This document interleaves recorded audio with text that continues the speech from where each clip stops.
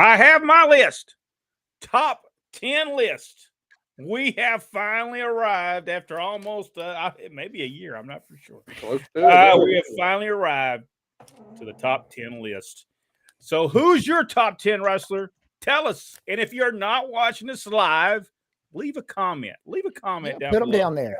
Let us know who the top 10 wrestlers are on your list. Jack, you've got some news for us? Yeah, before we get started off, I was just going to hit on some of the current wrestling news. And, of course, the big deal, Booker T went on a little tirade about what he considers the big name talents that they have in AEW only appearing or mostly appearing on AEW Dark. He says that's a demotion. And in retaliation for that, AEW has now scheduled the Hardy Boys for the recent episode. So I'm sure Jeff's looking at Matt going, you talked me into this. NWA's next pay-per-view, for anybody that watches NWA, and I love the guys there. I'm not so much a fan of the product, but I love the guys there. Anyway, the next pay-per-view is called Always with a Z, Ready, and it comes to Knoxville, Tennessee on Saturday, June the 11th, and a TV taping the next day, I'm guessing in the same facility there. I just saw where there are no current plans for another season on Vice of Dark Side of the Ring, to which Nature Boy Ric Flair went, woo! And lastly, you think it's because they can't get anybody to do the show anymore? I think everybody's bunting on him. I know Jim Ross did. He said he would no longer be a part of any of those episodes because his stuff, his comments were taken so out of context. So that could be a part of it. I don't know. Not saying that they might not do it in the future, just that this new season, they just released all their new shows and renewals, and it was not mentioned. And just came out today, just a little while ago, Warner Media, who now owns TBS and TNT, is slashing $3 billion from their budget. Wow. And by doing that, they are getting rid of almost all scripted television shows, to which AEW should be fine. Because Tony Khan's idea of scripting something is going, hey guys, what do you want to do? I don't know, Tony. What do you want to do? So they should be okay. And that is the news for the moment. Well, I hope I watched a bit of AEW. The only match was any good. Dustin Rhodes and CM Punk. The rest was just, we like to call Calmaneer. It was just awful. Well, I missed Friday Night's Rampage because Eddie Kingston was on. I'm sorry I missed this because as I understood, they called about 9 minutes of that match, so that it should have made it a lot better. All right, y'all ready? Our top 10 list. And what we'll do on this one, we'll start at 10. We'll go through everybody's. And my number 10 is a man a great athlete, 70s and 80s, even into the 90s, a tremendous wrestler. Some say he had one of the greatest matches of all time at WrestleMania 3. And that is Ricky the Dragon Steamboat, my number 10. Jack, your number 10. My number 10 could very easily have been my number 1. Anybody that has followed for a while understands the importance of this man in my career, the Masked Superstar. Tremendous wrestler. We've talked about him at length. All right, number 10, Rodney. Number 10, Bobo Brazil. Bobo Brazil. Yes, we have talked about him as well. Number 9, probably he doesn't get enough credit. He was a champion for many years. Some people say that he wasn't a great champion, but he was there for many, many years. He is the former WWF heavyweight champion, Bob Backlund. Drew a lot of money in WWF. All right, Jack. Are we at number 9? Yeah, number 9. Okay. Number 9 is beautiful Bobby Eaton. Yes. And Rodney's already told me number 9. So this is and we do not, by the way, we do not share our list. We don't know who's on the list. Rodney? Oh, Bobby Eaton. That's Bobby right, Eaton. Bobby Eaton. And if you don't believe it, then we can't help you. We simply cannot help you. There's no help for you. You might want to examine other sports, other, maybe some movies or something like that. We just can't help you in the wrestling business. There's no way. Number 8. One of Ronnie West's favorite wrestlers of all time. He loved NWA World Heavyweight Champion Harley Race. Number 8. All right, Jack. My number 8 is also Harley Race. All right, Rodney.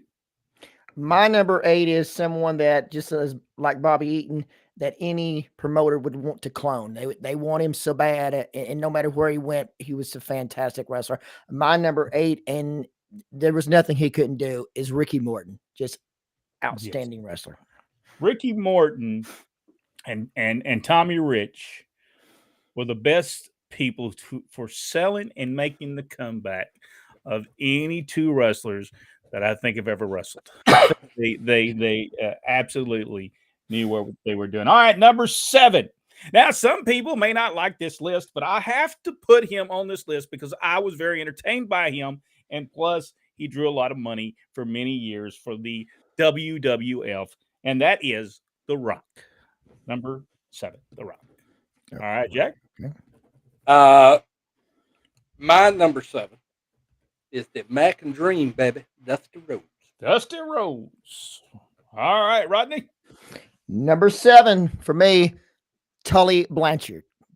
Again, another man that no matter when he got in the ring, in fact, when we were reviewing all of the stuff where Jimmy Crockett promotion was TBS, actually Tully Blanchard his star shined bigger and brighter than anybody on the show. Just fantastic wrestler. And did not realize it at the time. It's when we went back and watched it and reviewed those shows, we seen how great he was.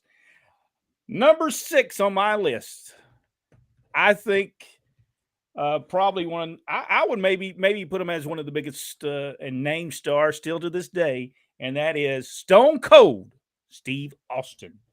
Number 6 on my list. My number 6 is actually somebody I never saw live and had to go back and look at a lot of tapes and stuff over the last number of years. But I always enjoyed his work, and especially the stuff he did behind the scenes after he retired with WWE, and that is Pat Patterson. Oh, yes. Tremendous. All right, Rodney. Number 6, Dory Funk Jr. Yes. He got on my list. He was further down. Dory Funk Jr. Deserves to be That there. doesn't mean that your list was right. Dory Funk Jr. never lost the world title the entire reign he had. Never had a loss. It wasn't one of those things where he was dropping and coming back, dropping and coming back. No, he held it nonstop. In fact, when Dad was telling us, of course, we didn't get to see Dory as the world champion. We can remember. But Dad said he was the epitome of a professional, Dory Funk Jr., and still to this day, I think one of the greats. I think the reason they said, some people said he didn't ever lose it because he wouldn't ever do the job for nobody. That's what I've heard. I'm just joking. That's not true. All right, number 5 on my list. Another great that I think held the championship maybe for 9 years. I'm not for certain, but the WWF champion, Bruno Sammartino. All right, Jack. My number 5 is one of our, all of us agree, one of the greatest professional wrestlers of all time, Mr. Wrestling number 2.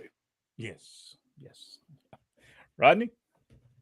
Number 5 for me, Harley Race. Yes. All right, number 4. The American Dream, Dusty Rhodes. Number 4. All right, Jack. My number 4 is Jack Briscoe. Yes. Rodney?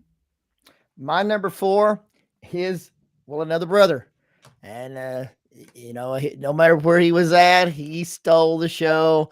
Talking about Terry Funk. Just awesome wrestler. Now, some people within the wrestling community probably is not going to like my number 3. But whatever you want to say about the man, he drew a lot of money and brought a lot of prestige to professional wrestling. My number 3, Hulk Hogan. Jack? I agree with Hulk Hogan, by the way, and he was on my list. My number 3 is Terry Funk. There you go. All right, Rodney. Just about going close to close. Number 3, Ricky Steamboat. Yeah, well, that's, he was tremendous. Now, I have put this man a little further up on my list. And Jack and Rodney have not put him high on the list. But I only put him high on the list, not because of something he did from the 1990s on, but what he did from the 1970s to the late 1980s. I will put number 2, Nature Boy, Ric Flair. Jack? My number 2, I selected, I debated, but after I saw Ric Flair make the comment of he thought this guy was probably or undoubtedly the greatest professional wrestler of all time, I had to agree because everything I've seen of him I loved, and that's the Crippler, Ray Stevens. Yes. Rodney? Number 2, he was always, no matter in what position he was really, really great. And I think in some cases should have been the world champion, should have probably have been the WWF champion at the same time. I mean, at a later date. I'm talking about Ted DiBiase, number 2. Yes, Ted DiBiase. My number 1, probably probably people know what my number 1 is going to be, but former and NWA World Heavyweight Champion Lou Thesz. Jack? Lou Thesz was also my number 1. He held that NWA title 3 times for 10 years, 3 months, and 9 days, and would have been, I believe, 106 years old here just a couple of days ago. Wow. Rodney, number 1. My number 1 is a person when I grew up, we used to make fun of him. Just to make fun of the AWA. But in time, we grew to know him. And when he came to Continental, I began to appreciate this great professional, a gentleman. And when he got in the ring, you didn't have to worry about it. Did he have the same match? Because he never had the same match. I'm talking about Nick Bockwinkel, number 1. Let's talk a little bit about Rodney. During your list, if you look back at your list, Yes. Nature Boy Ric Flair never made your list. That is correct. He is a traitor to professional wrestling, a disgrace in every single instance of the word. He betrayed the NWA by teaming with Jimmy Crockett and shut them all, the rest of them down. After they took and put him on their shows year after year after year, this traitor went out there and ran against the very people that he got on their TV show, and they helped build year after year after year. This man is a disgrace to professional wrestling. Then he takes the NWA World Heavyweight Championship belt to Vince McMahon. Now, what kind of he's a betrayer. He's betrayed everything. And then all you have to do is watch his matches from 1986 and on. All you have to do, any man who would betray his own professional by having the same match day in and day out, and after he was told not to do it, still done it over and over and over again. This man is a traitor, and a treasonous traitor at that. He did more to damage wrestling than anybody else. I want to say any other questions? I want to say this one time. Ric Flair made a comment.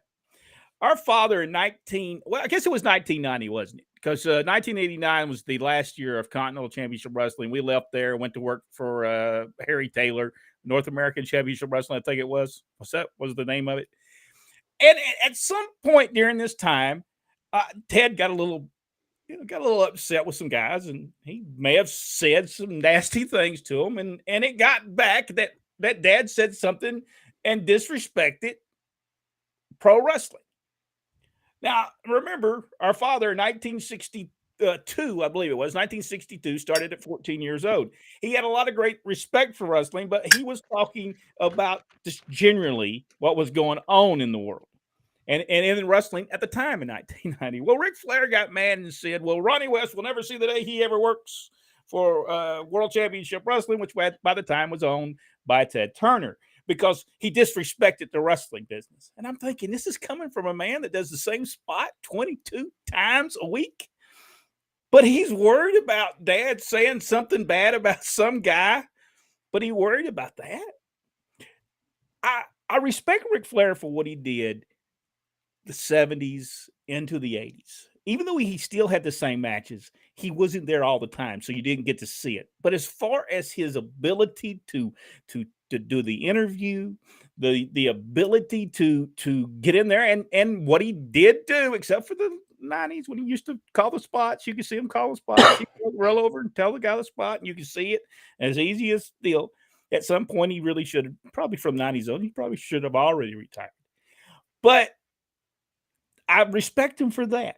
That's the reason he gets number 2 for me. But from 90s on, if I had seen Ric Flair from the 90s on, I would have said, man, this guy just exposes the wrestling business to be a big time work. Nothing that Vince McMahon could have done could have been any worse than Ric Flair at that time. I mean, I'm not, he's number 2 on my list, but I'm just saying from that, when he went national, he did the same thing over and over again. He exposed the wrestling for probably worse than Vince McMahon ever did. Jack, what do you think? Ric Flair, he didn't make your top 10.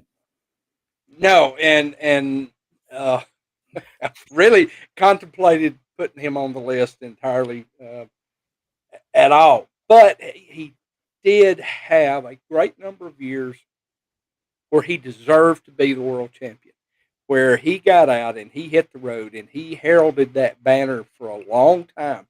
But just like Rodney said, he eventually betrayed the NWA, WCW, professional wrestling in general. It's not something that's popular to say, but it's truthful. If you, and I know that we have the majority of people that watch this are fans. And I don't want to disillusion you because, if you love Ric Flair, don't take what we're saying, to not love Ric Flair. If he brought you enjoyment, hey, that's great. But on the inside, we knew a little bit more of what he was doing from a personal level.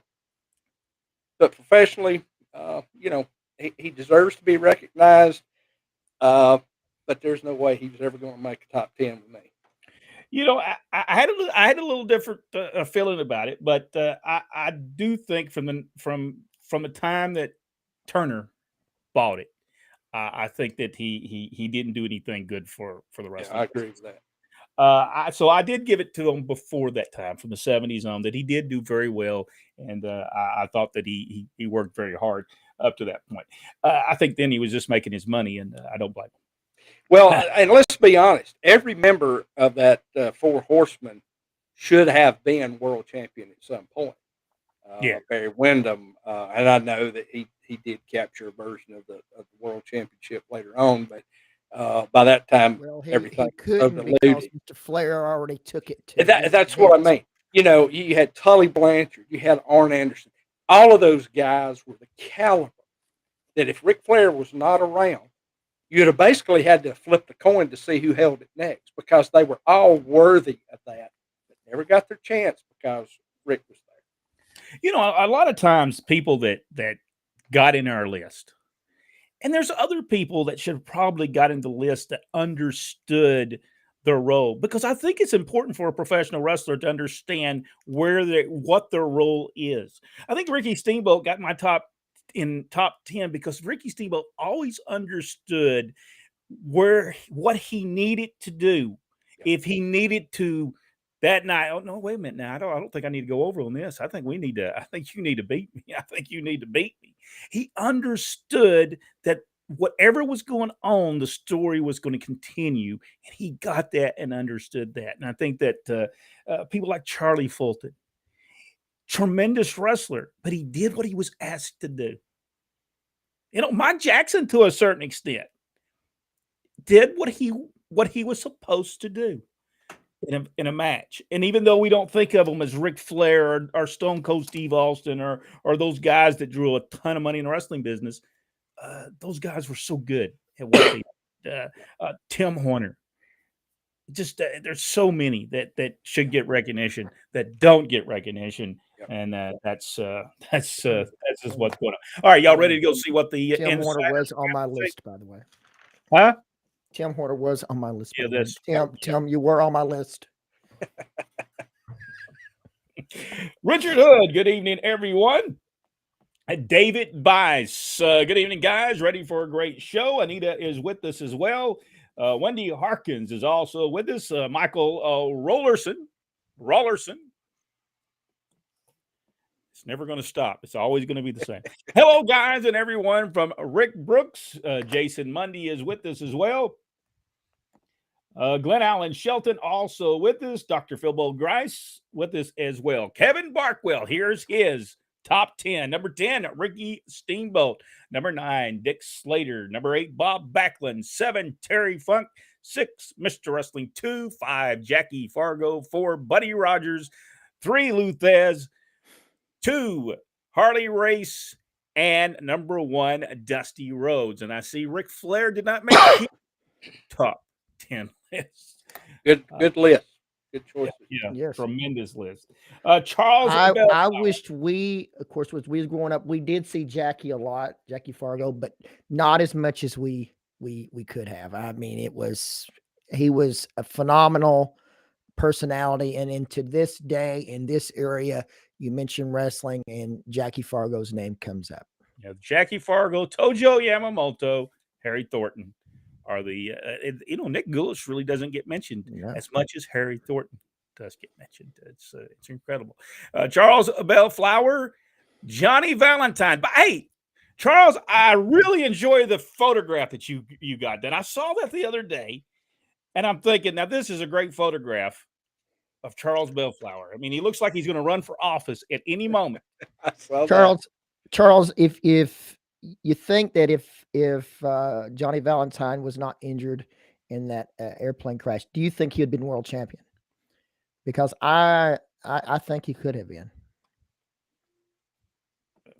Get back with us, Charles, on that. Christopher Hughes, evening, guys. Hope all is well. Yes, that match with Dustin and CM Punk was awesome. If you haven't seen it, go to YouTube or wherever AEW you can watch it. Great match. Really was not drawn out stiff, and it told a great story. Really great. They wrestled. I mean, what a concept when you're All Elite Wrestling. You actually do some wrestling and not whatever the bull caca, whatever they're doing these days. Watch your language, mister.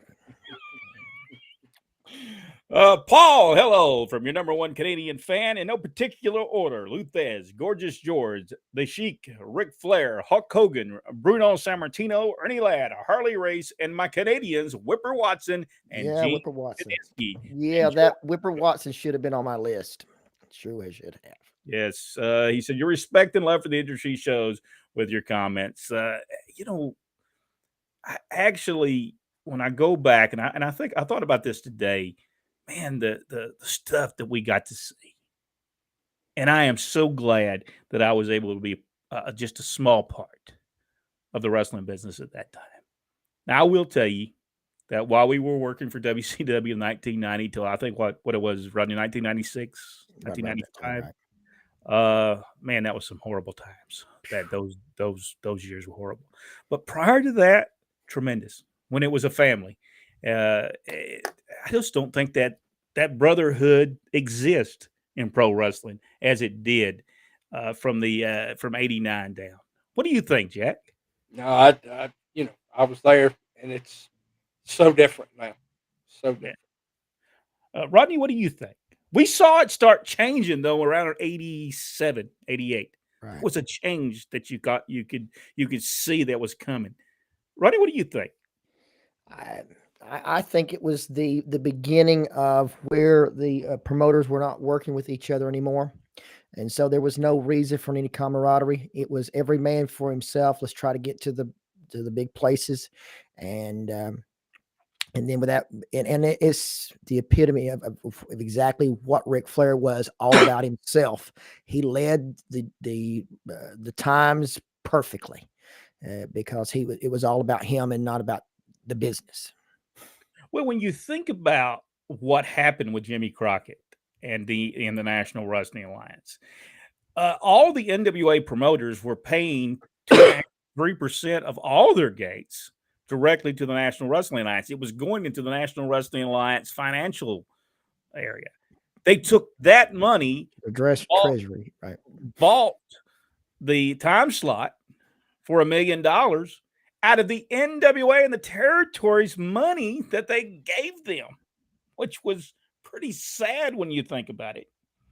And so when you look at professional wrestling, then a lot of people, they said, well, they didn't, but they did. They took 2 to 3% on top of what the world champion would get, because you were a member of the National Wrestling Alliance. And to do that and then run right against the same people, and they did it to Ron Fuller, they did to Continental. The Von Erichs go right into their place and say, oh, we're running Pensacola. What do you mean you're running Pensacola? What do you mean you're running Dallas? Well, we're running it with or without you. You can give us 2 or 3 matches. And you did that right against the people who helped you get to that point. It was pretty sad if you really think about it. It was a sad situation. If they would have worked together, I think they could have gave Vince McMahon, but Vince knew they weren't going to work together. So Anita, The Rock, some of the most entertaining stuff I had ever seen in pro wrestling was done by The Rock. It just, well, I can still watch it today and still smile. And he had some great stuff. Bruno Sammartino, number 9 from Charles Bellflower.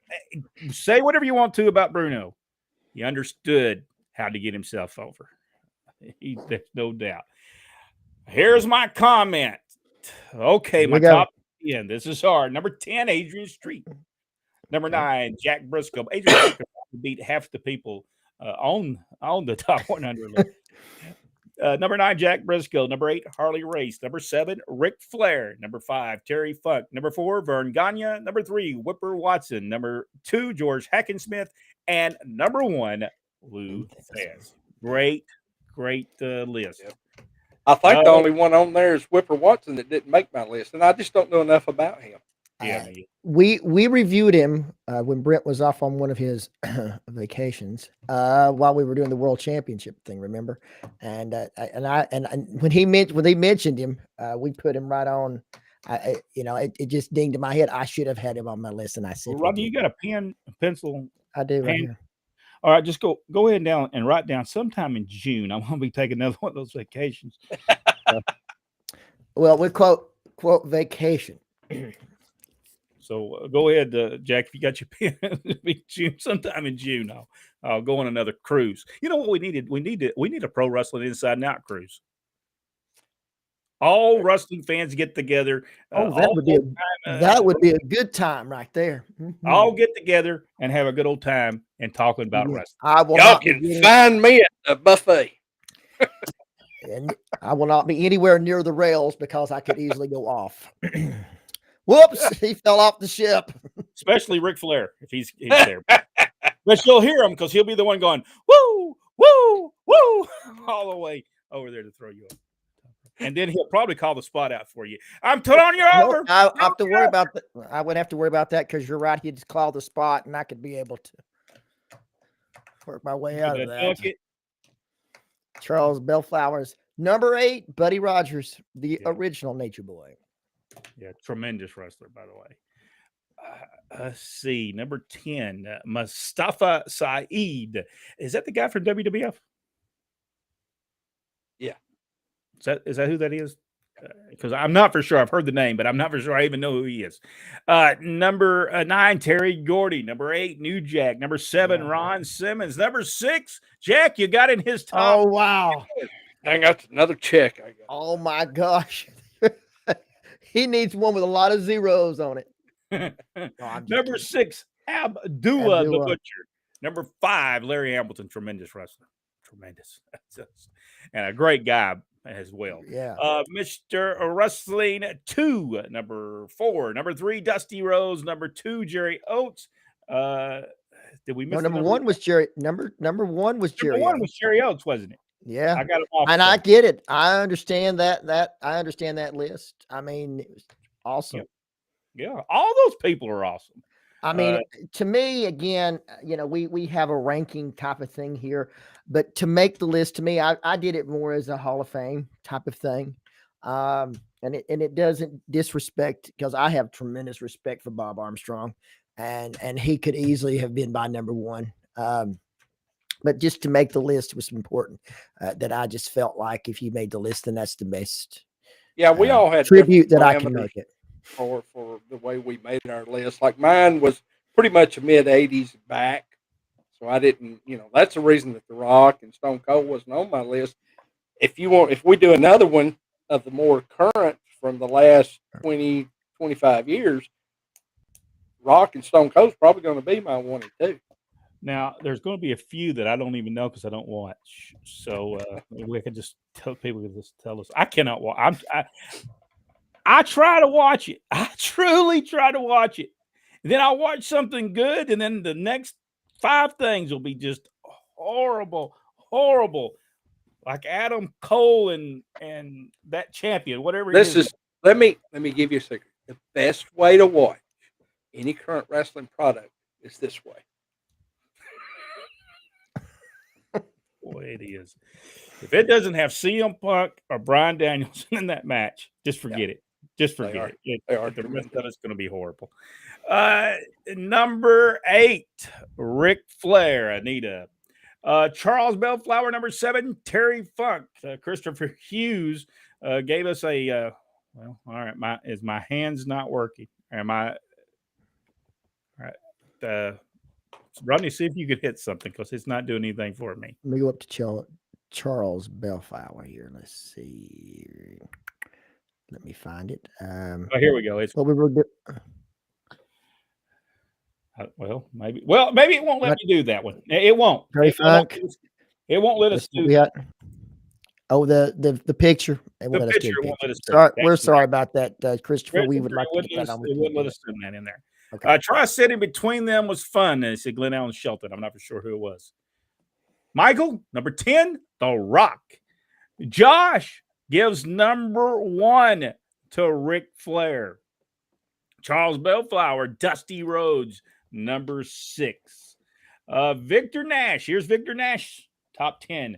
Number 10, Dirty Dutch Mantell. I agree with that. Tremendous. Number 9, Dory Funk Jr. Number 8, Harley Race. Number 7, Pistol Pez Wally. Don't ever get the respect that he deserves. Tremendous wrestler. Jim Neidhart. I don't know that Jim Neidhart would make my list, but I can see why some people thought he was good because he was good. Magnum TA. I agree with that. Double AR and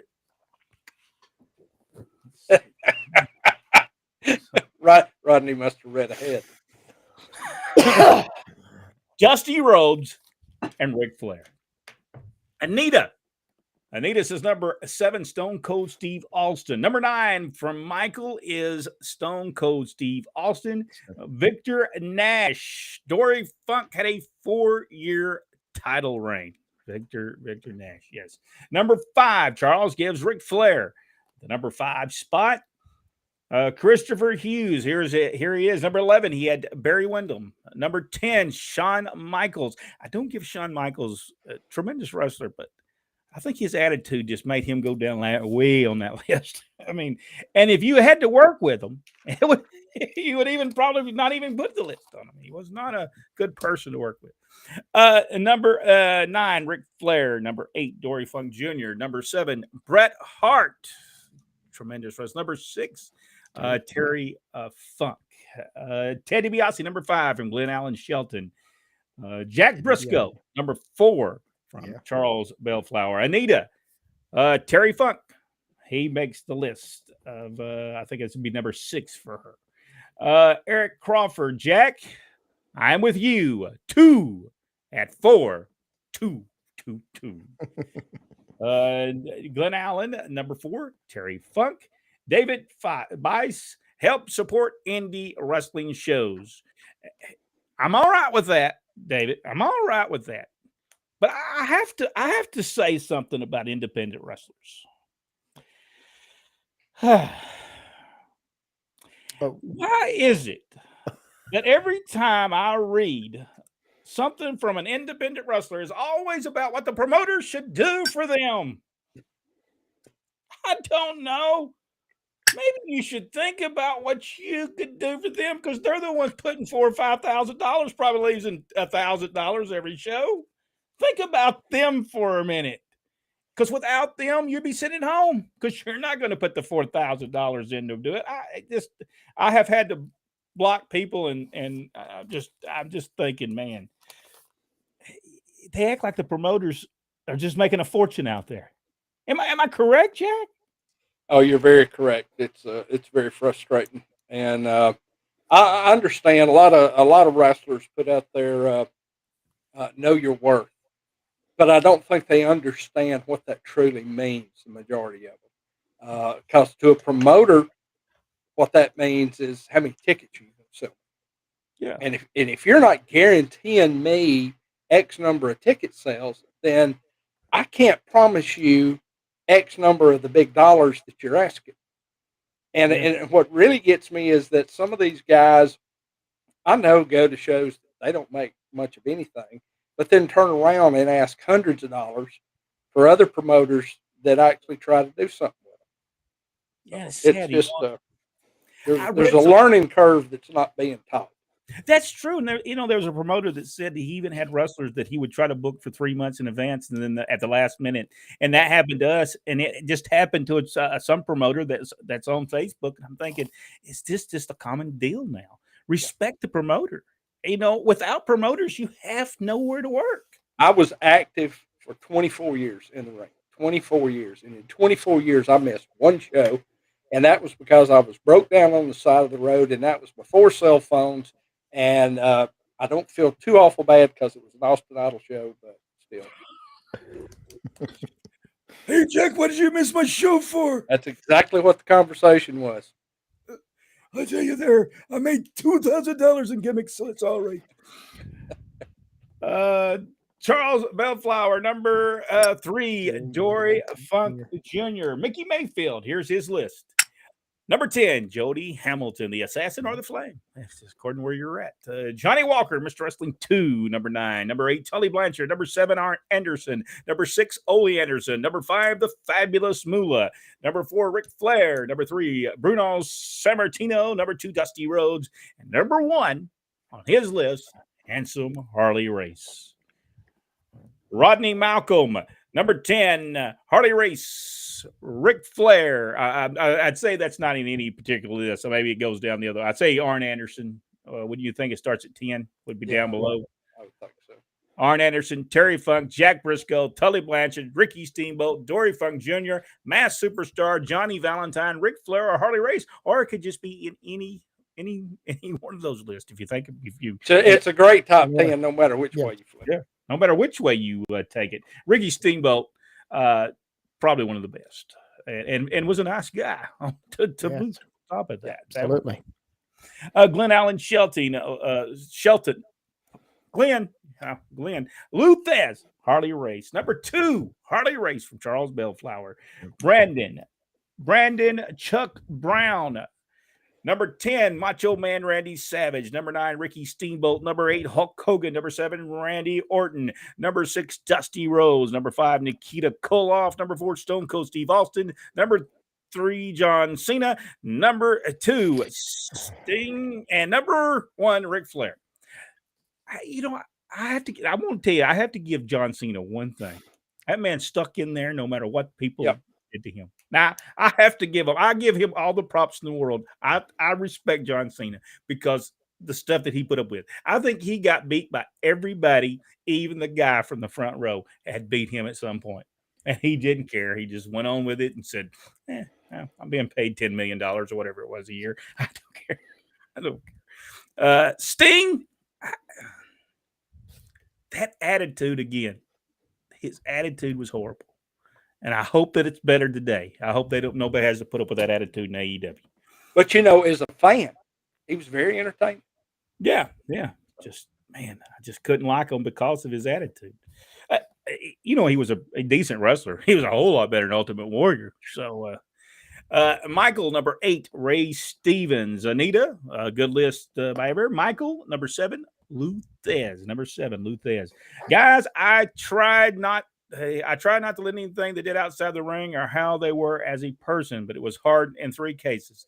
That's why I don't have Chris Benoit, Dick Murdoch is on my list, and why Ric Flair is so far up on the list. Christian. I do the same thing, but they just there's some of them guys just. Plus, I'm gonna be honest, I don't really remember Sting ever drawing any money in the wrestling business. I know, I'm sorry, I was there. I never saw it. Number 1, Lou Thesz, Charles. Number 1, so true by something we said was so true. Everybody's list are great. Yes, and there's not a wrong list. There's nothing. There's not a because it's all about where you grew up. It's just all about. We had a huge argument when we did this 2.5 years, 3 years ago. Whenever we started it, and man, people get so upset because Jackie Fargo would make the list, or Dennis Condrey would make the list. Number 6, Randy Orton from Michael. Tell it like it was, Roddy. Yeah, Roddy will tell you like it is. Before we even came on the air, he was all riled up. So go, Rodney, go. Mickey Mayfield, come on, Rodney, stop holding back. Richard Hood. Guys, if you think he gets upset about wrestling, you need to talk politics with him. And we try not to talk politics here on Pro Wrestling Inside and Out. Rodney, tell it is. Go, Rodney. Anita said, go, Rodney. Victor Nash. Rodney's Ric Flair. I just keep adding to the list, don't I? Wendy said, Brent, you done got Rodney all out of one. And tried to interrupt me at the same time. Can you imagine that? Well, I didn't want him to have a heart attack right here on the air there. Talking about me having a heart attack. I was about to burn the internet down is what was going to happen. Number 5, Dusty Rhodes for Michael. Gregory Busby, maybe. Ric Flair versus Vader was one of Flair's greatest fights. When was that? Was that in the 90s? Well, that was a fight, that's for sure. Brian said, wow, left off number 6, Nick Bockwinkel. Tremendous wrestler. Number 4 from Michael, Bruno Sammartino. Jeff Dobbs. Here's his top 10. 10, Bruiser Brody would probably not make my list just because of the stuff he did in Georgia Championship Wrestling. Number 9, Dusty Rhodes. Number 80, Jerry Lawler. Number 7, Buddy Rogers. Number 6, The Rock. Number 5, Vern Gagne. Number 4, Bruno Sammartino. Number 3, Ric Flair. Number 2, Harley Race. Number 1, Hulk Hogan. Also, another reason Bruiser Brody wouldn't make the list is what he did in Houston, Texas, just sitting down in the middle of the ring. He probably should have never been used after that. And the stuff he did with Lex Luger, just so many things has kept him off my list. I respect him, and I hate what happened to him. But he just did so many things that were bad for the wrestling business.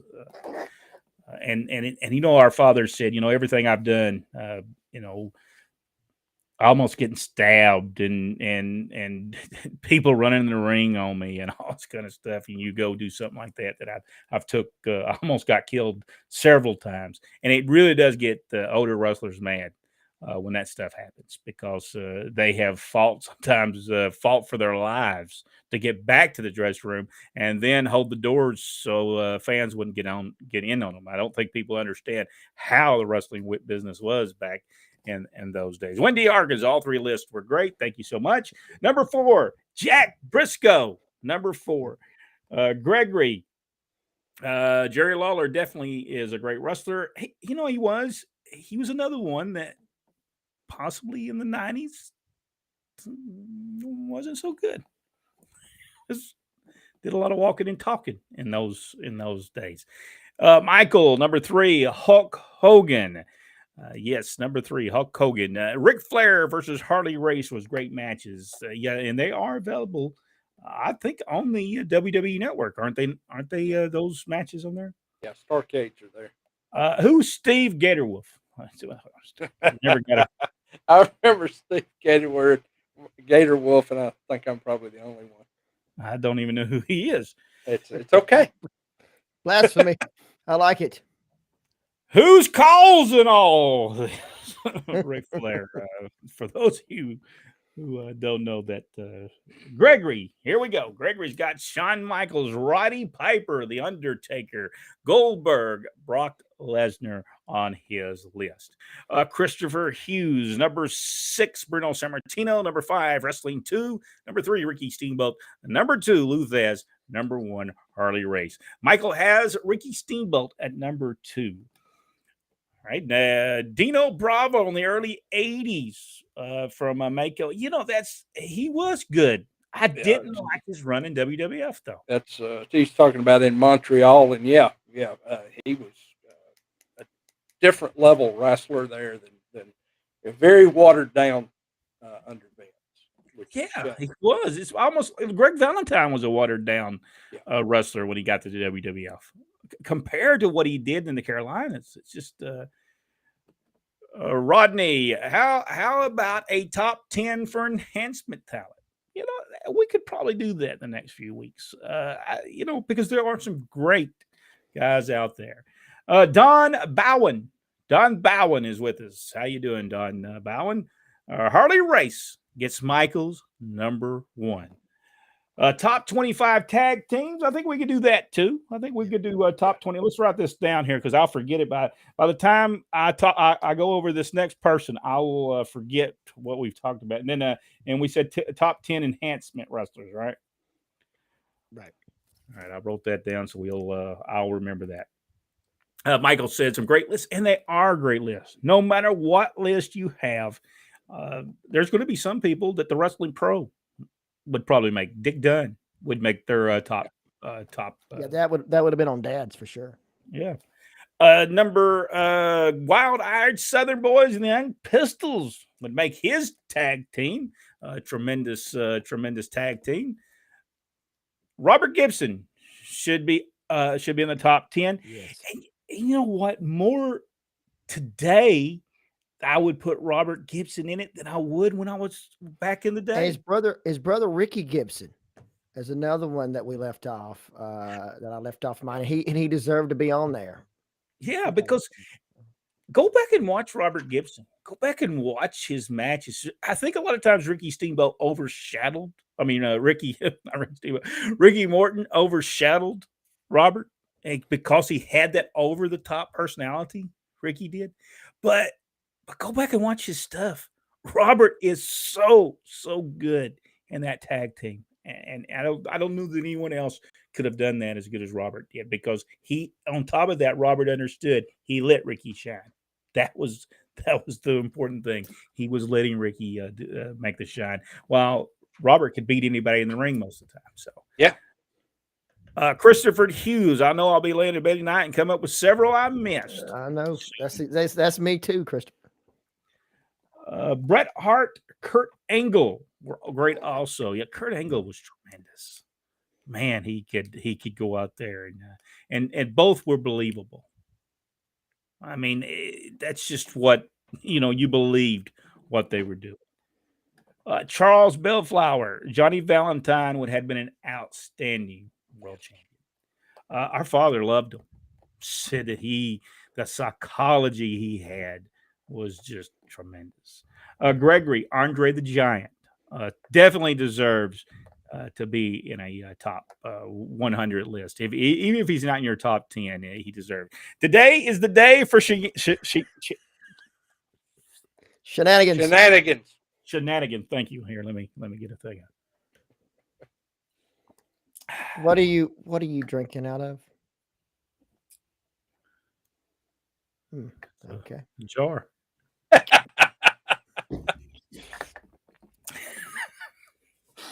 We can't. Hey, we do pro wrestling inside now. We can't afford an actual. We're not making no money doing this. We're just having fun. All right. Rick Brooks, watch the Iron Sheik movie. Boy, that was something else. If y'all never seen it, watch it. Have you seen it, Jack? I have, and I met his daughter that was murdered. She, in fact, the last show I actually did with him, she was with him, and she was like 18 at the time, just an absolutely gorgeous young lady, and it was really heartbreaking, that what happened to her, and I know that, I know he's never gotten over it. He or his wife.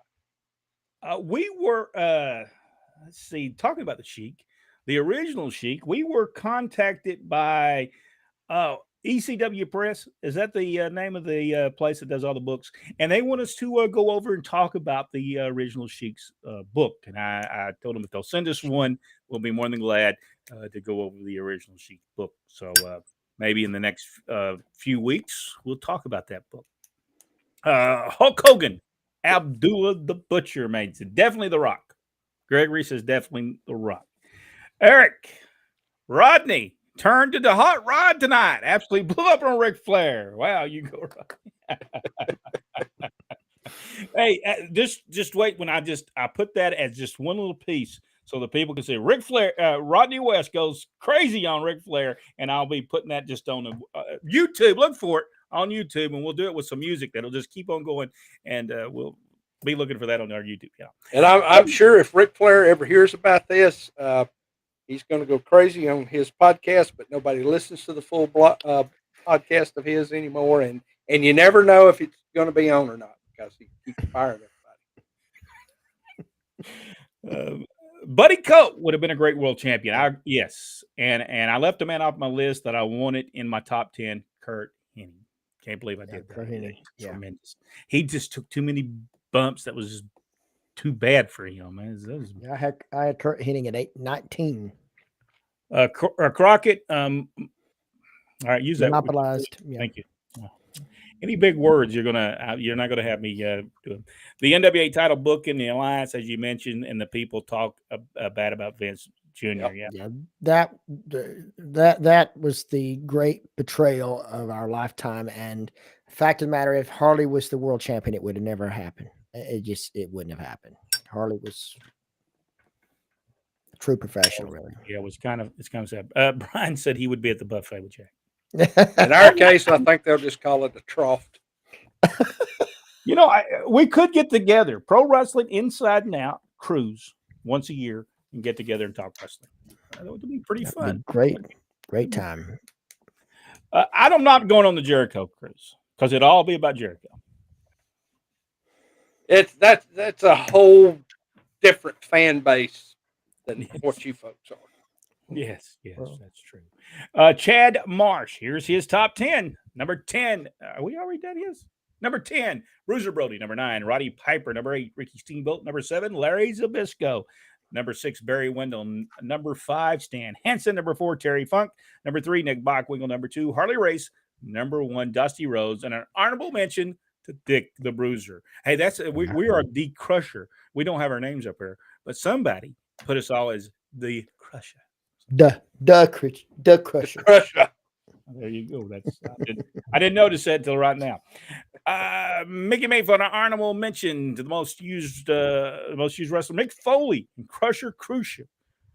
Rodney reminded. I think he meant most unused, but I don't know that Mick Foley was unused. I think when you WWE champion a couple times, you're pretty well used. Yeah, just think of all the gimmicks these two men had with no talkback. It's true. It's true. Rodney reminded me that we used to call Crusher Crucial. Rodney, what did we used to call him? Well, our mother would not allow us to say such words, so we had other words for them, and so we would doo-doo, shoo-shoo, this type of thing. And so Crusher Khrushchev was Crusher Khrushchev because we thought he was terrible. He wasn't as good as he would turn out to be. Okay, we were in Mid-South, and it was one of those matches we always went to the concession stand. We knew it was going to be awful, and he was awful there. People can just read that. We won't put that on there because we liable to get knocked off or something like that. No, Mustafa Ali is the guy from WWE. I don't know. Right. Mustafa Saeed, I think, was the Gangsters? Jack's tag team partner. Yeah. Oh, Okay. okay. Yes, I know. Yeah, he was good, but he never got the big push that he deserved. Because I always thought he was really good. Cruise down the Tennessee River. We couldn't afford that. That thing's expensive if you've ever. We could probably do the little dinner cruise thing. Oh, the little dinner cruise. Yeah, we could do that. That would be nice too. We could do that as well. Southern Belle. I mean, Mustafa Saeed was one of the gangsters in ECW and Smoky Mountain Wrestling. Where did he start? He wrestled for some guy in Rome, Georgia at first, right? The New Jack and Mustafa. What was that guy that ran Rome, Georgia? His name would come to me, but he ran Rome, I guess, after Ted did. You talking about Phil Hefner? I don't know if it was Phil Hefner. I'm not for sure who it was. Oh, yeah. Phil was later. I don't know. He'll come to me. He'll come to me. He did a Danny something maybe. Yeah. Larry Hamilton is also. Yes. Yeah. Roman, the Bloodline. Gregory. He just didn't make my list because I haven't really watched a lot. But I think as far as WWE television, I enjoy his stuff more than anybody's stuff. It took them a while, but they have really developed him, and I'm proud. Yeah, very good. Brian Young, by the way, talent-wise alone, Adrian Street could have been number one if we were being honest. The gimmick, the grappling, and the shooting ability, just a brilliant and sadly underrated wrestler. Yes, yeah. I would agree with you on that. Chad Marsh, would I be crazy to say Steve Regal? I think he could have been much more, maybe not in the top 10. No, he was a tremendous wrestler. Although, Lord Steven, I'm going to take you. I would have put you on the list, but after you did that thing the other day on AEW Wrestling with that, that's Danhausen. It's acceptable now. And you act like he was. No, I'm sorry. Steven Regal was took off my list for just. Rodney, have you seen this? I have not. From what I hear, it's a good thing. I'm not a fan. Now, when I see Steve Regal, I think of another Steve Regal that worked in Georgia. Hey. He was a great wrestler. He worked with AWA for a while as well. Yeah. I believe he worked for Jarrett Promotions as well, maybe Florida. Steve Regal and the other Steve Regal from earlier, not William Regal, but Steve Regal that we remember. The original. He was a great wrestler. Yeah. He was a AWA tag team champion, wasn't he? Yep. Right. And we had a chance when 70 Jimmy Garvin, I believe. Yeah, in 78, he actually lived in the apartment building with us and the same, not with us, but he lived in the same apartment building, and tremendous wrestler. Yeah, he was good. He was good, no doubt. Where is he still with us? Is he still alive, Steve Regal? I noticed that somebody had posted a while back, but wondering what had happened to him. But I think when he left the business, he just kind of disappeared. Glenn Allen, Randy Orton, 20 years in wrestling. Fast forward, that's how you have to. Well, I don't watch the actual show. I just watch the YouTube clips. And if Danhausen or any of those people, the Young Bucks or any of those people, I ain't gonna watch it. Because I know I ain't gonna like it. So I'm not gonna watch it. It's embarrassing. It's an embarrassment to professional wrestling now. Well, I know it ain't wrestling today. So AJ Styles, I would agree that he should be on the list. I like AJ Styles. Wow. Nikita Lyons kicking off NXT 2. If you've not seen her, I'm very impressed with her. Yeah. Debbie did a great job in training her. Have you seen her, Rodney? I have not. You have to check her out tonight. You'll like her. She is very good at what she does. Wendy Arkin said, "Watch like Rodney with volume on mute." That's right. Yeah, commentary is horrible today. They need to learn from Gordon Solie. And I'm not talking about the Gordon Solie of the 90s. I'm talking about the Gordon Solie of the 70s. Man, you need to watch him. My number one is Harley Race. Flair was lower. It's all I remember from Kevin Penley. Richard Hood. Fellas, Mustafa Say tag with New Jack. Yeah, we finally figured that. Richard, you mentioned Abdullah, and lots of times you remember Abdullah with another wrestler. Who was it that you remember Abdullah having the feud with? What is that when you think of Abdullah? What was his greatest feud, you think? Well, I know, but I know who I think, and maybe he'll do the same person. Glenn Allen, Bobby, and Ricky. Christopher Hughes. Sorry, guys. The picture was an accident. I was texting a little girl good night. Well, it wouldn't come up anyway, so there you go. Gregory, the showstopper, Shawn Michaels cannot take away any of Shawn Michaels' abilities in the wrestling ring. He was tremendous. And after he came back, I think he had his greatest matches. When he came back, and he had some of his greatest matches. I think John Cena's greatest match was with Shawn Michaels. They went in almost an hour, and I thought it was tremendous. Kevin Penley, I had Luthez, Tommy Rich, Hulk Hogan, and Race as my number one. We are going to start talking about Tommy Rich next week. Tommy doesn't get a lot of credit for what he did, and he gets a lot of bad press for doing things maybe he shouldn't have done. But probably no worse than Shawn Michaels, no worse than Scott Hall, Randy Savage, or a bunch of other guys that did almost the same thing. So we'll talk about Tommy Rich. Drew a lot of money in Atlanta and Memphis and Continental. Eric Crawford, I would much rather watch shows like Inside Wrestling here, but about wrestling when it was golden rather than try to choke down the product they put on now. There are some good things, but you'll watch one good thing and 6 bad things. That's sad. The Gangsters, definitely from Gregory. Rick Brooks, I couldn't do a list. Too much thought required. Oh, come on, Rick. You could at least give us number one. Give us number one. Hey, I always say this guy's name wrong, but Mako said Edward. How do you say his name? Carpentier. Billy Robertson, the Rougeos. Yes. And a bunch of Rougeos, by the way, than that. And many more that get no respect. If you've not listened to Jacques Rougeau, the Mountie, he's got a podcast and stuff. I think he's been sick for a while, though. I think he had kidney stones. I saw where he had finally successful surgery to remove those, and he's doing a lot better. We had great trips with Jerry Roberts growing up.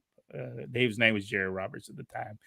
Jacques Rougeau. We had some great times with him. He went down the road one time and he was over there. He's cutting he had photographs and he was Jerry Roberts and he's going to send them out. He was cutting Jacques Rougeau off of them and he was throwing it out the window.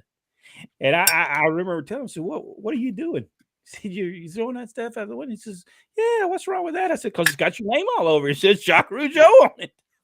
People gonna know that Jacques Rougeau threw all this stuff out the window. And then Dad, he kept on, because I don't think Jacques, maybe the time was 18, 19 years old. He said, yeah, you're probably going to get fined probably $200 or $300 for every one of them they find on the side of the road. You remember that, Rodney? Glenn Allen, those wrestlers get Dr. Pepper and a hot dog. Some of them don't deserve a hot dog. Dr. Bice, I understand. Mickey Mayfield. Next list, the top 25 tag teams. Yeah, we'll do that. That seems good. Gregory, Nikita Koloff was good also. I agree. And when you go back and watch it, you don't know how good he really was, but you go back and see it now, he was really good. Pat Patterson was great. Tarzan the Boot Tyler was too for Mako. Christopher Hughes. I've been listening to Gary Hart's book, My Life in Wrestling, and it got me into Jim Barnett's WCW Australia. I can't believe I missed out on all. Fantastic book and great wrestling. We're also going to start talking about that. We have that. And we are going to Ronnie Garvin made Gregory sorry guys from David Bice. I'm not for sure what he said sorry for. Sean Smith. New Jack was a great technical wrestler. Now, I will say this. I knew New Jack fairly well. And I trained with him a few times in the ring. The guy could actually really go as just a pro wrestler. But like he told me, nobody paid to see him wrestle. They paid to see him hit everybody with trash cans and crutches and everything else. That's where he made his money. But the guy was very technically sound. Yeah, he tried it. It didn't work, so he went the other route. So you kind of give him. He was smart in that respect. He changed his gimmick and became the gangster. So Gregory said yes. Chad Marsh. Would anyone put the fire throwing Sheik on the list? He put people in the seats. Yes, he did. He did not make on my list for some reasons. There were just things he did that I thought exposed the wrestling business. There were just certain things he did, and there's something about him I did not. What do you guys think, Jack the Sheik? He didn't make my list. I wasn't really overly familiar with him, and when I did see him, it was in his later years. And like most that stay a little bit longer than they probably should have, probably not the best impression on me at the time. But that's not taken away from how great he had been at one point. Rodney? Sheik was an attraction.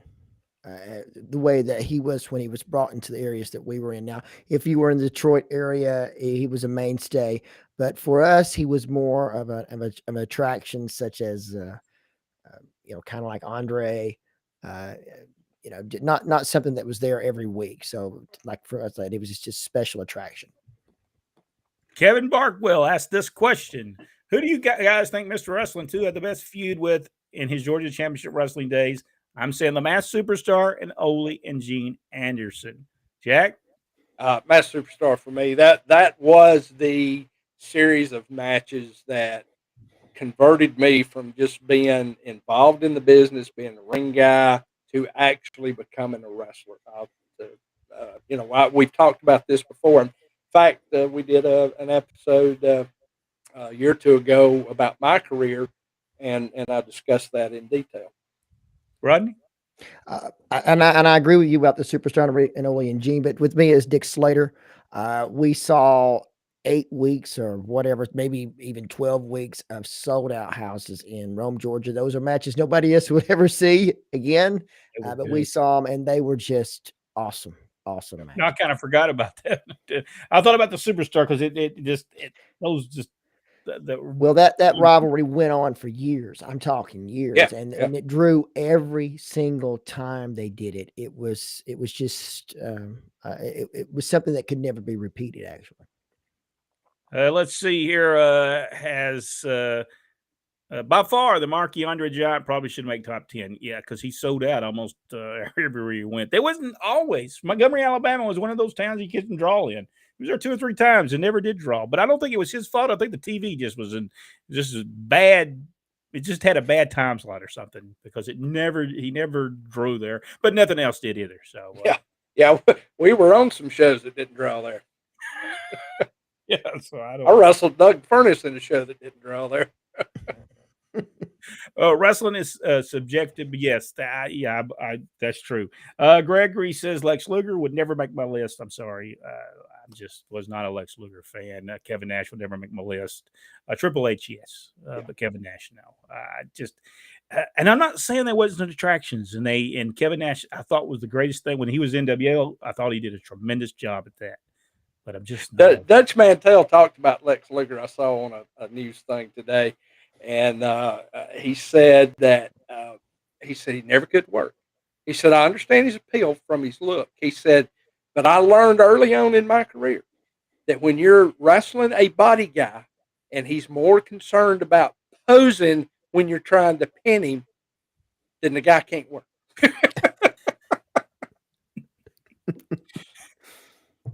And Kevin Nash thought a lot about himself, so I have to give him that. Ben Masters posted about a bad experience with any wrestlers. He wanted to know anybody, and that was my comment on there. Has anybody mentioned Lex Luger yet? Number 1 referee, Ronnie West. Thank you so much, Victor. We certainly do appreciate that. Sean Smith, Warrior, and Sting could have called their team the Egomaniacs. I think Ultimate Warrior was worse than Sting, though. Oh, much. Are you talking about wrestlers or ego? Wrestling or ego? Well, now Sting was a whole lot better wrestler. than a Warrior. Warrior was horrible. I mean, that guy was just bad. I think Warrior's whole run was only like 4 years. I think he was. And that was 3 years and 11 months. Way too long. Michael, Randy Orton is one of the few old school wrestlers left in the business. Victor, I do like Randy. Yeah, I do too. I like him, but boy, they put him in some bad situations there. He just goes out and does it.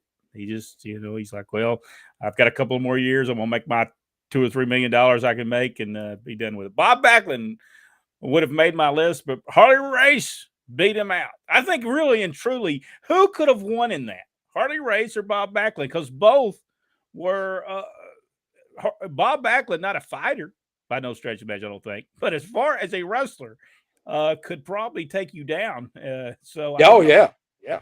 It would have been a fight, no doubt. Because Harley Race, if he punched him, he might. I wouldn't have tried either one of those guys on legit. No, both of them were pretty mean wrestlers. One of Ric Flair's greatest matches in years was Vader for the gold. I don't know if I remember that. Did y'all watch that?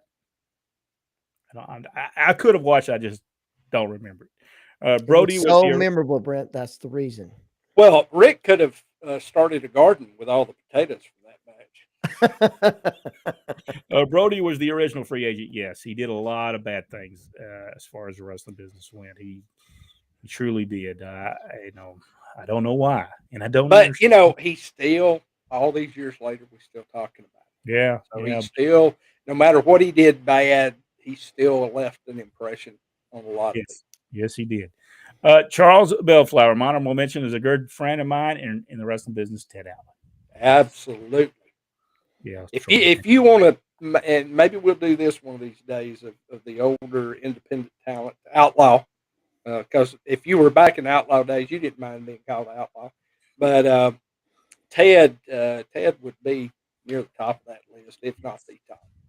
Yeah, Jimmy Powell would be on the list. Tremendous. Larry Cheatham was tremendous. Just so many guys that were Star Child Billy Starr. Brent, Jim Nahar, my list was from in Florida. His run in Florida was pretty good. Jim Dobbs, top 10 most hated wrestlers. Ole Anderson, number 1, I believe, at that point. And Roddy Piper would have to be in as well. Best decades of wrestling, 70s. Agreed. I think the 70s was the best. What do y'all think? Yes, absolutely. I think the 70s. Because the 80s stopped the programs that were developed just for those markets. They started to go away by the 80s. They started consolidating them, and that led to disaster. Luthez told me that wrestling stopped being good after 75. So. I seen good stuff up to 1980, and then I could kind of started seeing some things they should be not be doing in the 1980s. Some things went too far. Top 25 managers. Like that ideal. Top 25 managers. Top 20 tag teams would be cool, and we will do that. Top 10 female wrestlers. Now, Trish Stratus, I will tell you, will just make my list. She's gonna make the list. I don't care if she was good or not. She looked good. That's all that matters. Christopher Hughes. I'll give you guys a hint. The greatest tag team didn't hail from Chicago. The greatest tag team came from Bad Street. Probably the most memorable. I think the Freebirds would probably have to be the most memorable tag team of all time.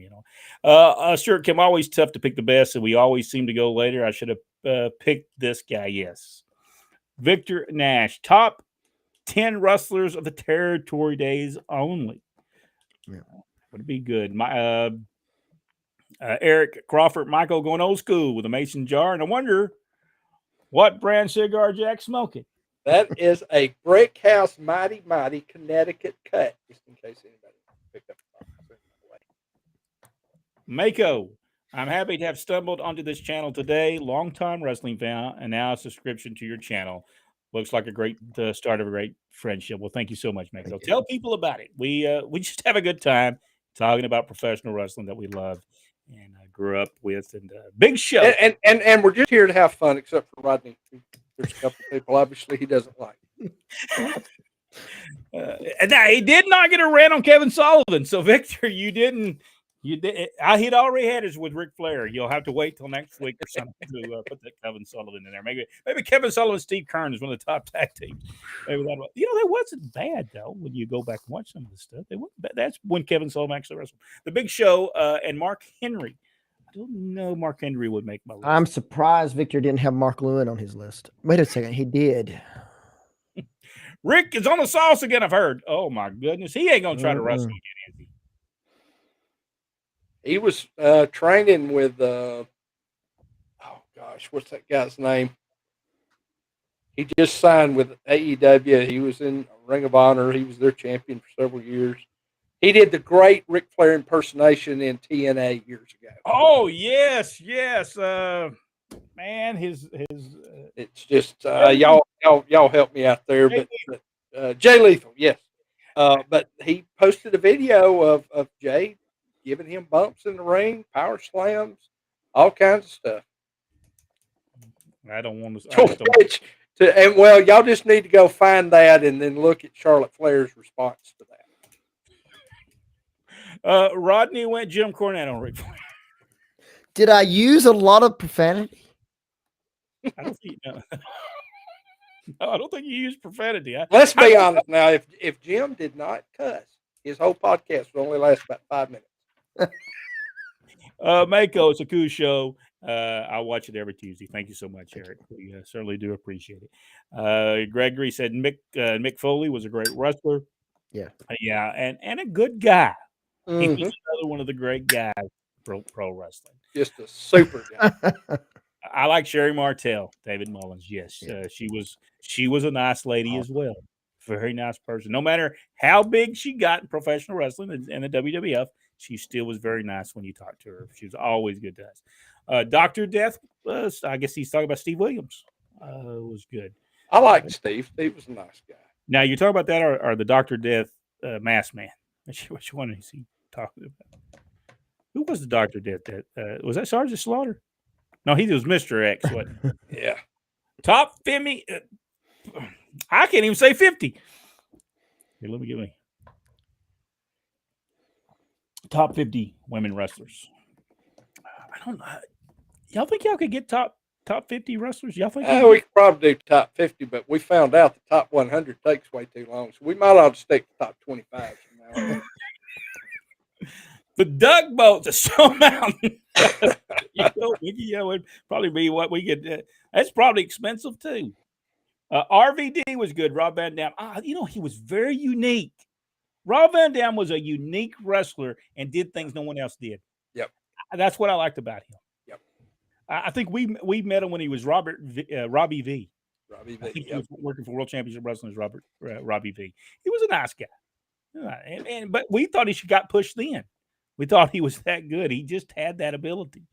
Right on, Eric. I'll be sure to check in Tuesdays at what time? It's 7:30 Eastern Standard Time. And a lot of times we're off by now, but since we had a top 50, we usually take about an hour. But tonight we're just doing a little bit longer because of the top 10 list. Bruce, from tuning in to NXT also. Sammy Kent. That was the promoter at Rome. That was him. Yeah, Sammy Kent. Yes, that was who it was, and that's actually was where Bull Buchanan got his start, right? Yeah, as some masked man, and I can't remember the name. Something McGraw. Yeah. Gosh, the name's just leaving me right now. I've got a picture of him that he gave me from back then. Yeah, I just remember that. I think that show didn't that show not air in Chattanooga? Channel 53, maybe. I don't think that was the one that Ray Candy was booking for, right? Or was that somebody? I think he did for a little while. I believe we went to Chattanooga and saw that. We were there. Rodney. Would you like to tell this story real quick? Because I know we're going to run out of time. But you like to Oh, tell? Everybody has put so many comments. Let's hit the comments. We'll cover those stories later. We owe it to everyone to go through their Oh, comments. he meant Steve Regal, the older one. Oh, okay, good deal. Sammy Kent ran Rome. Yeah, Bruce Mulkey. Thank you so much. I didn't remember his name. Dan Hansen is a joke. Ain't standing stupidity. I love Danhausen. I can't stand You know, him. you know why? Because he's evil, very evil. I mean, if you're going to do comedy, which they're all doing, yeah, it's true. At least I find him actually funny. Brian says he's got to go. I know he's got his own show. There is a commentator that he's going to be doing. That took care of Chicago, was a Chicago Oh wow. commentator, and we're going to get him on here and talk about his day in Chicago. So we'll be sadly I got to run. Fantastic. So everyone lists are great. Brent, pop me up. And we're doing that. Yeah, we're going to do these wrestling films as well. He wants to do that, and he's going to come on with us on our first one. Oh, that'd be great. And, talk more about the movies that we do about wrestling. Thank you, Mr. Crawford. It's a date. Victor Nash. What's your thoughts on AEW and New Japan Wrestling doing a combine pay-per-view? I don't know that, and I just don't see why it matters. I don't think it's going to increase ratings for anybody. I think that they have kind of maxed their core audience out right now. Maybe this will bring a few more eyes to the product. I don't think they'll retain them. Yeah, because is it New Japan Pro Wrestling trying to run United States? They are. I mean, why would you help those folks that's going to run right against you possibly? I mean, I don't understand it. I don't know. As a matter of fact, I'm seeing while we're on that subject, just real quick, AEW is starting to pull some of their name folks off of contracted folks off of independent shows now. I could see doing that. Richard Hood as Bruiser Brody. Abdullah. Abdullah versus Bruiser Brody was his the feud that he remembers most. Me would be Abdullah the Butcher and Black Atlas. I remember that more than anything. I can still remember that deal. I remember him taking that mask and just ramming Tony Atlas against the post. Bruce Mulkey said Barry's deal was Sunset Sam McGraw. Yes, his first match. yes. I remember it being McGraw, but I didn't. Abdullah versus Carlos Colon, great matches in the Puerto Rico place. Mako. The loss to kayfabe killed the business, at least for me, and it opened the door for so much foolishness, a lot of foolishness. And believe me, this was happening before today. You know, you can't blame Tony Khan for it. He's just doing what he saw. It's been being done for how long? 20 years now. Comedy, wrestling, 20 years. I look forward to doing more to doing my list tonight than I did any wrestling program at that. Thank you so much, Christopher. We certainly do appreciate that. My number one, Harley Race, Wendy Harkins.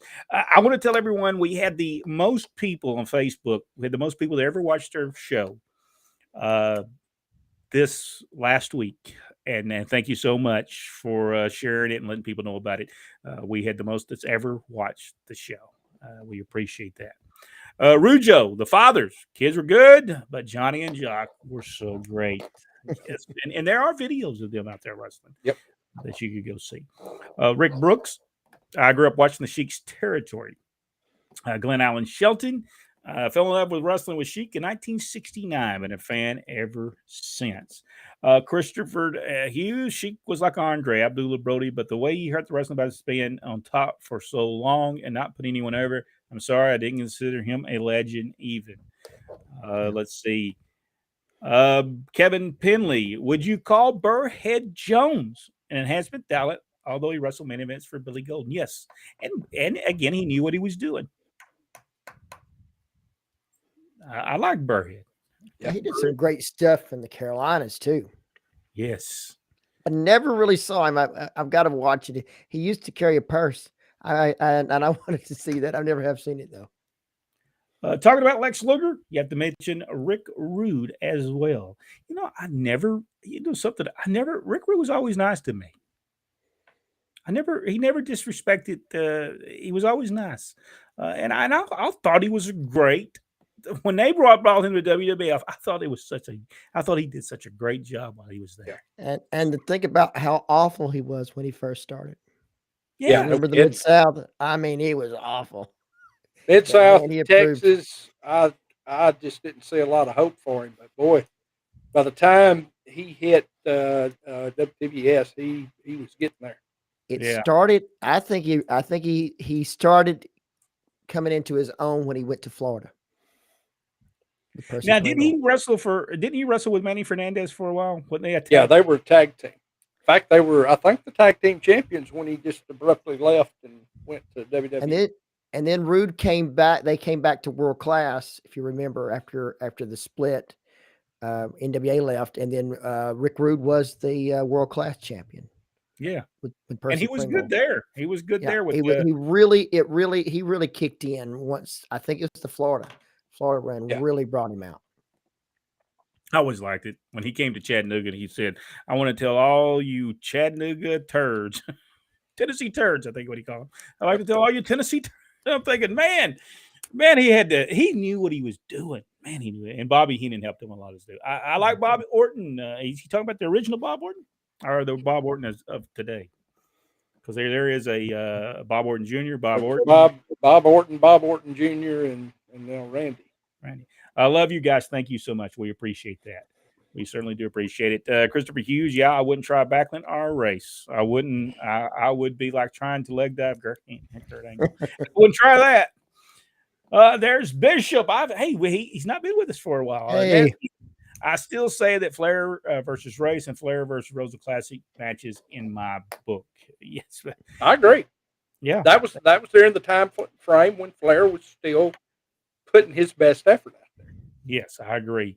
They believe wrestling each other in Missouri, Race and Backlund for the Missouri title. Yep. Oh my goodness! I wonder if we can get that. I'd like to see that. We need to Harley Race said Brody was a bully. He was. Glenn Allen Shelton.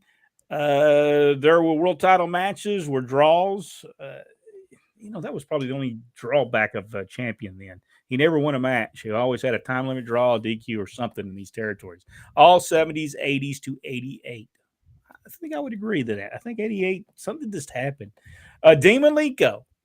I believe he's saying Dean Malenko, don't you? Yeah. And the $1 Million Man, Ted DiBiase. What about the top 10 greatest masked wrestlers? Yes, we could do that. Yep. Mickey Mayfield, top 10 Georgia Championship Wrestling 2, Superstar, Assassin, Ole Anderson, Bob Armstrong, Dick Slater, Ted and Jerry Oates, Brad Armstrong, and that would be another great top 25 list is Georgia Championship Wrestling. Yes, yeah, it would. And that would be probably one of the hardest lists to put together. My goodness, greatest talent in the world came through that. Yeah, they did. Fellas, what was the best arena for wrestling? I'm going to say the Atlanta City Auditorium. Yep. And Augusta Bell Auditorium. Two great. Jack? I'd mentioned that today. Nick Patrick was talking about it with me. So, yeah. Rodney? Yeah, Atlanta City Auditorium. Yep. And the Boutwell Auditorium was pretty good as well. Yeah, Boutwell was great too. But there's just something about that smoke-filled atmosphere in Atlanta. It's just... Yeah. Everybody told us. I just wish everybody could experience that. You'd see. Yes, it was excitement. It's like electricity in the air. Mark Lewin was much higher on my list. He must have been like. I remember it being on the list. 101. Glenn Allen Shelton, straight to the point. Rodney West, Jeff. Break out the tennis racket, Rodney, from Jeff. Gregory Busby, Steve Dr. Death Williams, Sean Smith, Sherry, say Booker T in the interview. Yeah, I remember that. Well, what was Lou Albano? Let's see. What was Lou Albano the captain of? The captain of wrestling. He was controlling that boat. He was good. I've got and I've told it before. We'll tell it again one of these days. Won't do it tonight. There's a great Lou Albano story that JYD told me that is absolutely hilarious. He was the one that he had one of these jars, but it didn't have tea in it. No. He was a little bit lit, from what I'm told. I don't know. Never met Captain Lou Albano, but I heard he was a little lit every time he was in the show. Kevin, well, I will hit the right one here in a minute. Gigi the Greek. Gigi. Edge is good. Yeah, yes, he is. Yeah. I like Edge. Chris Candido was very good, and I think he was. Just never got that push that he deserved. Chris would have been a major star back in the day. Yes, because he was high most of the time. Yeah, I think when RVD found out that the WWE hadn't been drug testing for marijuana in a while, his response was, well, I can't say what his response was, but he was not happy about it. Carlos Fernando was great. Who's Carlos Fernando? Don't think I've ever heard of him. I don't know. Yep. Bishop Michael Nesby, Abdullah versus the Sheik were classics as well. Yes, you can watch them online as well. Carlos Colon was great. Yes, he was. Rodney, good night, guys. Great show. Thank you so much. Great show, guys. Thank you so much for Michael. Rick Rude was underrated, but he got a great run in WWF. I thought he was tremendous there. I thought Rick Rude was awesome. Florida really brought him around in '85. Yeah. How about Mark Marrow? Next question. Mark Marrow. Biggest butthole. He has turned out to be a great guy. But back in the day, I think he and Luger were trying to vie for who the biggest jerk was. I think they were. And Rick Rude could fight. Could fight and would fight. Rude and Fernandez beat Ricky and Robert for the tag team titles. Let's see. Forgive me, but there's nothing description about your boys. Who are you? Oh, wait a minute. Pop up his next thing. It doesn't matter who you are.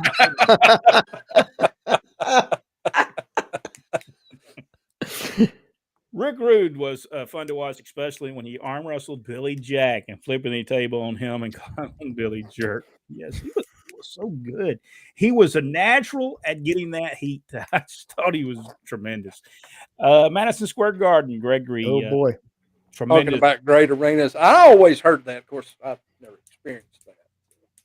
Charles Bellflower. When I was ring announcer at the J&J Center, I would go in the back and remind the wrestlers the house rules. Never put your hands on the announcer. And then they would put. I did the ring announcer at J&J Center. The microphone used to shock me. It shocked you too that everything just never fixed. It shocked me every time. It would shock me. Go ahead. Fort Hesterly Armory in Tampa. Christopher Hughes. I would have liked to went there. Yeah. The old Orange Bowl in Miami. Victor Nash. Let's see. That would be a great list if we did Georgia Championship Wrestling, because I'm an Atlanta native and spent many a Friday night at the Atlanta City Auditorium. Wow. Cobb County Civic Center. Yeah, that was a great weekend, wasn't it, Bishop? You got to go to the Atlanta City Auditorium on Friday, TV on Saturday, and then Sunday night at the Cobb County Civic Center. Michael, Orlando Sports Stadium, Captain.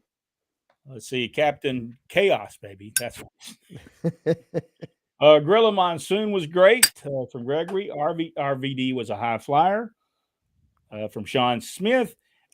Who would ever thought me, Mark, would have turned out to have a 30-year run as the Undertaker? I thought he was good when he was a masked man in World Class. What was he? He was some masked man in World Class Championship Wrestling. I don't remember the Punisher. Master of Pain at one time, wasn't he? Stan Hansen, Bruce Roll, who was the biggest jerk to wrestle. I never thought Stan Hansen was. Yeah, I don't think Stan ever was.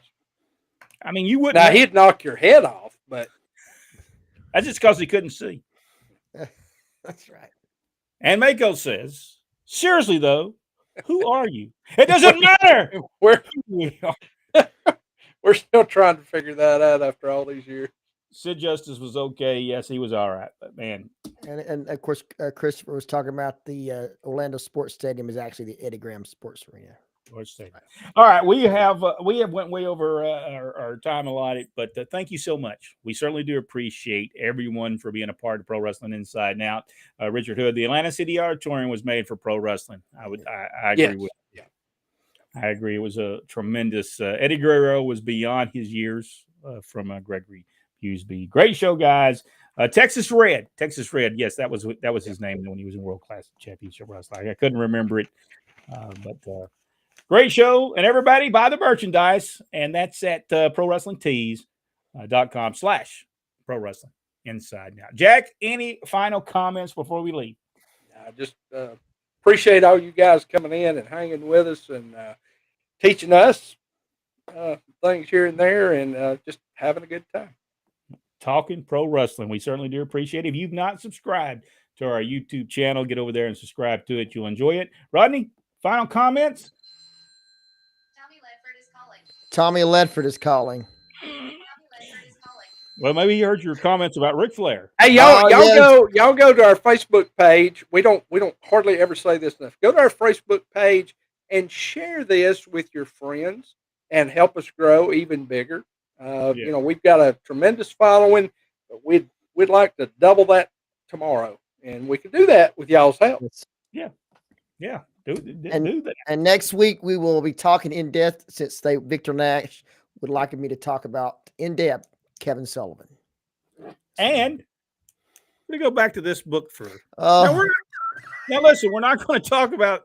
We do have a video on this book. It's a 5-part series on this book. You can find it under Memphis Wrestling. We're not going to talk about Jerry Jarrett, but we are going to go through some of the pages of this book and talk about some of the cards they had in 1977. Some good stuff in here. Some more good stuff. Tommy, we're trying to do a show here.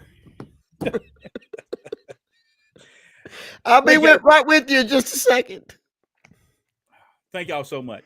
Jack, thank you. Thank you, Rodney. Thank you. And we'll see everybody next week. We'll talk Tommy Rich, and we'll talk about this book and a couple other things. We'll go back through some programs that we haven't done in a while. We'll see y'all next week right here on Pro Wrestling Inside Now.